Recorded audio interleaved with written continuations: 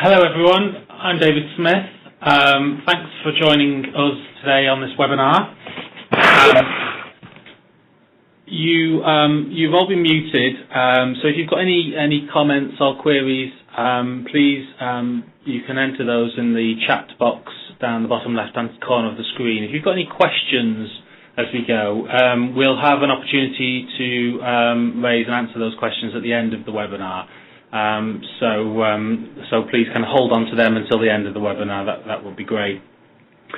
So Hay Group have been providing salary data and services to organisations for years, but what we've recently done is created a public and not-for-profit sector report, specifically, I guess, based on this specialist insight and data that we've got. And I'll touch on the report later on. I'll tell you a bit about that. But what I wanted to do first was just really pick up on kind of what's happening in the sector with regards to pay and reward. Some of the things happening at a sort of national and local level, and also within various subsectors too. So, given that there's a pay freeze, what's happening in public and not-for-profit sector reward? Well, there's more than you'd think, actually. Public sector pay is everywhere. It's all over the news. Everything's being scrutinised. We're seeing senior salaries benchmarked against the Prime Ministers. We're seeing scrutiny over pensions. We're seeing private and public sector pay compared. We've seen scrutiny over terms and conditions, so things like annual increments and benefits. And so there's lots happening.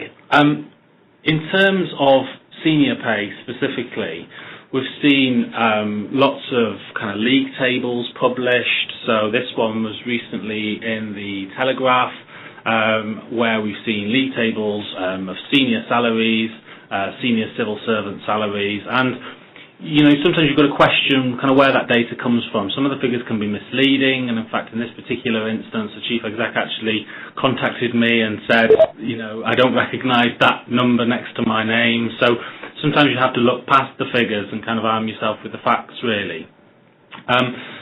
We've seen government publish data as well, and I don't know if you're familiar with this website, data.gov.uk, but it's a fantastic resource really, and it shows spending over £500 by various local authorities, for instance. It shows organisational structures, but it also shows salaries of senior civil servants as well. And so the government are kind of really opening up and being transparent about these things. And so there are resources on the web like that where you can look into and research this type of subject.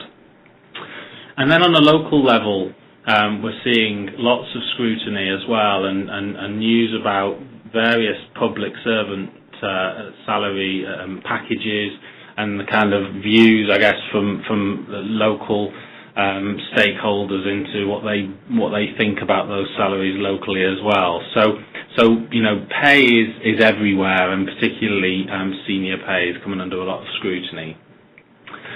There was some interesting research done by the Local Government Chronicle recently, actually, or just in the summer, when they looked back on salaries from 12 months ago and chief exec salaries from 12 months ago, and their findings were that salaries have come down by about 15%. And it's not always clear whether this was sort of just a knee-jerk reaction, really, to the increased scrutiny on senior salaries, or whether that was part of a sort of considered strategy. But clearly it's having an effect. And if we look at other subsectors as well, so in housing, for instance, Inside Housing recently published some senior salaries, and the Housing Minister, Grant Shapps, has come out and sort of welcomed the number of pay freezes that are taking place at that level within the housing sector. And one of our recent viewpoints looked at housing sector pay, and in particular looked at the role of the chief exec and questioned the sort of benchmark that you would use in that particular sector. So when we talk about public and not-for-profit sector, actually there are people like housing trusts, charities, and other organisations like universities, for instance, that are run very kind of commercially minded now. And actually, should you be comparing chief exec salaries of these types of organisations to the public sector, or maybe to more towards the private sector? So it's not just about senior roles. We're seeing scrutiny and news at all sorts of other levels too. So a particular case I've been tracking quite closely is at Southampton City Council, where staff there have been required really to take a pay cut of anywhere between 2 and 5.5%, and they've looked at other terms and conditions too, so things like car allowances as well. And they're being followed by Shropshire Council and one or two others, making these kind of sweeping changes to terms and conditions. And it'd be interesting to see if other local authorities follow suit in the not too distant future. In addition to this, we're seeing that in the health service, for instance, I was reading a report recently that suggested that due to automatic annual increment payments across much of the NHS, salaries will have actually increased, the pay bill will have actually increased by about 2% this year, and it's forecasted to increase by about 3.3% next year. So there's a lot more happening than, I guess, the widely publicised pay freeze would suggest. In addition, there's a lot of unrest clearly about pensions, and also if you work within the justice sector, you'll be familiar with the Windsor Review of staff terms and conditions that picks up on makes lots of different recommendations about changes to allowances and so on and so forth. And as I say, the pensions changes are quite fundamental. I'll come on to them again shortly. So there is a lot more to come. You'll be familiar with the Hutton Review of Fair Pay, the Will Hutton Review of Fair Pay. But what's quite interesting, if you work within local government, these DCLG recommendations for data transparency have recently been updated to include the recommendation that councils publish a sort of a ratio or a pay multiple from the highest paid to the median average paid in the local authority. So some of these Hutton recommendations are really now starting to filter down into pay policy. In addition, as I mentioned, this is the Tom Windsor Review of police officer and staff remuneration and conditions. And in that review talks about 60 different recommendations, from everything from abolition of extra payments such as competency-related thresholds and bonuses for chief officers as well. And so there's fairly widespread unrest about the changes in that particular review.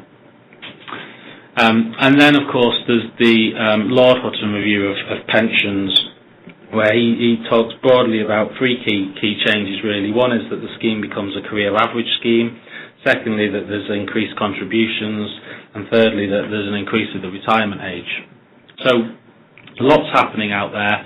And finally as well, the localism bill. Again, within local councils, if this bill becomes an Act of Parliament in the next 4 or 6 weeks as expected, local councils will be expected to produce and publish a pay policy statement that talks about their senior pay policy, their policy around low pay, and the relationship between the two. So this is an additional recommendation from the one I talked about earlier on. This is a new policy that they'll have to put together. And councils will have to do this ready for the 1st of April next year. So, as I say, if the localism bill becomes an Act of Parliament, then this will be expected literally within a case of a couple of months. So that's a little bit about public and not-for-profit sector reward. Then we come on to the wider economy, and of course, you know, that's a story in itself. And salaries are not keeping up with inflation. That's been all over the news, particularly just this week. In fact, just yesterday, there was the IFS research that suggested that 3.1 million children will be in poverty by 2013. So if we look at private sector salaries, there's slow signs of recovery in the private sector, but salaries are still not keeping up with inflation, and median salary movements are around the sort of 3% mark. So where on earth does that leave us? Where do we go from here? Well, we're starting to see some kind of interesting and progressive things happening in the public and not-for-profit sector. An example here, for instance, of a council, having or operating a salary sacrifice scheme and saving £150,000 in literally the space of a couple of months. And this idea of kind of voluntary benefits and flexible benefits is really starting to become a lot more prevalent in the sector, and we're starting to see a lot more people work with these additional fringe benefits from the usual kind of pension and base pay. And the other thing the other debate, I guess, that's raging is, again, on the back of the Will Hutton review, this kind of link between pay and performance and this concept of earn back and pay at risk within the public sector, and in addition this idea of fair pay. And the link between a kind of ratio or a pay multiple from top to median or top to lower paid. So there's a lot of interesting things happen, and I really sense that the public sector is having to think about its new employment offer and how it kind of almost reconnects with people in terms of being able to better communicate what makes them special. And some of this is about the sort of total reward themes and the intangible reasons why people go and work in the public sector. And so Kent County Council, I think alongside some of their local partners, came up with this great advertising campaign. It was on the front page of a recruitment website, actually, that sort of drew on some of the main intangible reasons why somebody might come and stay in Kent, really, and work in Kent, as opposed to perhaps travelling into the centre of London. So we're starting to see a little bit more of that. And by arming yourself with the facts as well, it can really help with the internal and external debate, really. It can help support the debate that you have internally and externally. So public sector pay, public and not-for-profit sector pay compared to a sort of general market, at lower to medium levels, competes quite well. And obviously at senior levels, strangely, which is where all the scrutiny seems to be in many cases, clearly public and not-for-profit sector pay falls away quite significantly, mainly due to the prevalence of bonuses in the wider market. And incidentally, we're launching a version of our UK PayNet salary tracker tomorrow, I think, actually, and that'll be available on the Hay Group website, and that delves into the differences between public and private pay in a lot more detail, and that's free, and you'll find that on the website, I think, tomorrow. So knowledge is power. Having these stats, having this data at your fingertips can really help you. But there's a kind of caveat. There's a health warning, I think. There's a lot of data is published. Understand where it's come from and ensure that it's robust and accurate. Compare roles based on size. So the Office of National Statistics, for instance, publishes a lot based on average salaries. Everything we do here is based on a concept of a size. So understanding that a finance director, you can only compare that to another finance director who has equal levels of accountability and freedom to act and those kind of attributes that are useful in terms of comparing size of role. Look at more than just pay award data. So, it's well publicised that there's a pay freeze, but clearly salaries are moving. I know of universities that are still awarding 2 and 3% this year. Several housing trusts are. People are still awarding pay increases out there. So, the sector is very much polarised in that respect, and you kind of need to keep on that and move away from some of the basic figures that you can sometimes pick up. Understand the makeup of the reward package. So the prevalence of bonuses, comparing base pay with base pay is only one part of the story. Think about the prevalence of bonuses. Think about other types of rewards, such as long-term incentives and pensions and other types of benefits. and think about the wider context and environment. Think about what's happening with pensions and other things, and understanding that will help you kind of keep agile, I guess, in terms of putting your reward policy together. And finally, compare against several markets. So, don't benchmark against the Prime Minister's salary. Benchmark against robust markets that mean something to you and where your organisation is. So, thinking back to the housing sector point earlier on, if your organisation's got more of a commercial focus, then think about that. A lot of universities, for instance, are developing commercial operations. Think about the types of package that somebody from a commercial background might expect. Think about comparing against those sorts of markets. So what we've done is we've taken a lot of this data and this insight and these thoughts really, and put them into a kind of off-the-shelf report. And so what we can do is, if you supply your own pay data, we can compare it to the private and public sector markets and provide a type of analysis you can see in the bottom right of the screen there. We look at things like regional and functional differences in pay, so we kind of look at how roles in IT are paid against the general market and whether there's a premium for roles like that. We can look at pay within London, for instance. We look at salary movements and forecast what's likely to happen in the next 12 months. And we look at all sorts of things about employee benefits, changes to terms and conditions, and we have lots of data that we include in the report about things like that as well. So there's the kind of the information about it. I think one of the neat things is that it'll become a bit of a living document in the sense that after 6 months what we'll do is we'll update the data in the report and we'll send you an updated copy. So you can see after 6 months how your salaries have changed against the market at that point. Because we update our data 4 times a year. So after 6 months, we'll update the report for you and send you a copy of that. So, as I say, that was a quick whistle-stop tour through what's happening in the sector and our new reports. If you've got any questions, you can type them into the chat screen, I think, and we'll get them here. And thank you for listening.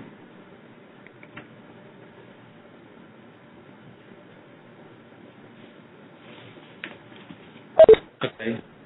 So I've got one question coming in here, and it's talking about the differences between pay in the public and private sectors. It's quite topical in the sense that we've got this salary tracker that we're releasing tomorrow. I mean, the key thing is, as I said earlier on, to look at the size of the role to make robust comparisons between equal sized roles, and because the salary trackers are a kind of easy to read resource on the website, we've come up with a general term of senior manager, and the senior manager between the public and private sectors probably paid in the region of about £25,000 difference on base pay alone, but more like probably about £50,000 difference when you start to include bonuses and things. So an equal-sized senior manager, about a sort of director level, the actual sort of remuneration over the course of the year can be quite different indeed.